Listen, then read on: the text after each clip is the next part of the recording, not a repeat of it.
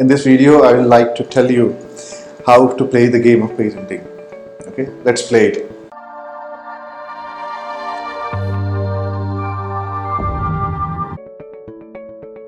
So how does patenting system works? Why people file so many patents? Why they have a lot of portfolios but the number of products they are launching is so less? So there are many reasons actually. They want to make sure that they are preventing the competition. Second thing, they are creating strong entry barriers to the competitors. And third, they are increasing the value of the company in case they want to sell it off later on. Recently, you must have seen how Motorola was bought by Google. It was for 17,000 patent portfolios, which helped them to manufacture the mobile phone and come into the market. That is how you saw Moto G coming into the market. Motorola, Google, it's Moto G now. Now it has been taken over by Lenovo. Okay, I will start with individual inventor first, then I will switch down to the company and to the institutes as well. So most of the individual inventors, what they do is they find a problem when they are moving around. It may be a kitchen, it can be a home, it can be a car, it can be their own industry. There can be many situations where they can find the problems. As they have found a problem, they assume that this problem will be prevalent to many individuals. Whether it is a household problem, whether it is an industrial problem, they think that this problem is being faced by many people and they try to figure out the solutions.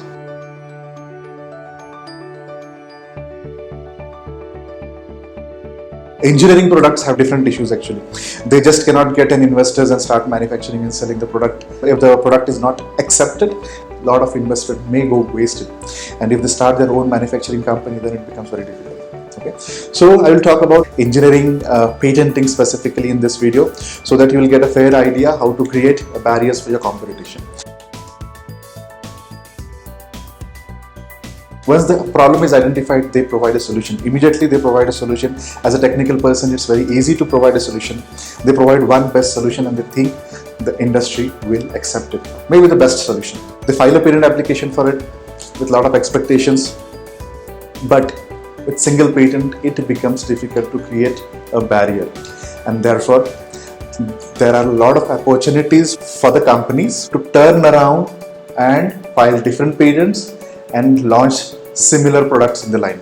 So there is no blanket protection for a concept. First, I would like to make it clear. There is no blanket protection for a concept. There is a protection given on the patent for your construction or working of your product. One patent, what happens is, company turns around, launches the products, a similar product into the market, and then it becomes very difficult for an inventor to sell or license that product to any company. So what is the best solution? Definitely it requires investments. So investments are directly proportional to your earnings, whether it is time, money, effort, whatever it is. Whatever you do is directly proportional to how much you're going to earn. So it is up to you what efforts you're going to put, what kind of efforts you're going to put, and how you're going to put. The only solution what I can suggest is, if you have identified a problem and if there are no solutions available in the market for that particular problem, you should file multiple patents. You should create a fence around your invention to such an extent that there are no other ways to solve that particular problem.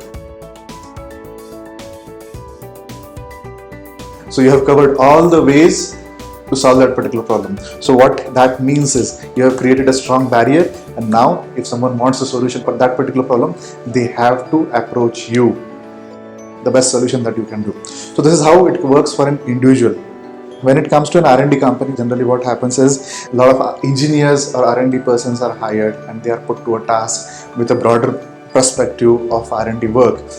There is no coordination between the inventors. If there are 2 or 3 groups of inventors working, they may find some different problems, other team may find different problems. So there are multiple inventions that are going around.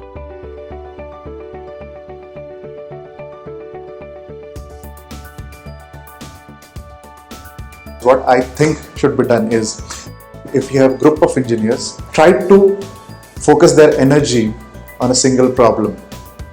Once they have exhausted with that particular problem, they can move on to the next problem. There would be very good entry barriers if your R&D is done in a very narrow focused way, and that will help you in creating a monopoly in whatever jurisdictions you want. So this is what I think it's preferred. Similarly, when it comes to institutes also, you should request your students to focus their energy on one problem. If you have a strong holding on a single technology, a single problem, it would be very easy to sell out. If no one is going to buy it, it's okay. Either you can start a company around that particular patent portfolio. So creating a proper patent portfolio so that at least you can start one startup out of it for one problem. That focus you can keep. That would give institutes a bigger and greater and stronger patent portfolio. So I hope you got a little clearer idea about how to create value out of your patent portfolio. So if you like the video, hit the like button, share it to the relevant person, and subscribe to our channel. Keep inventing, keep earning. Thank you.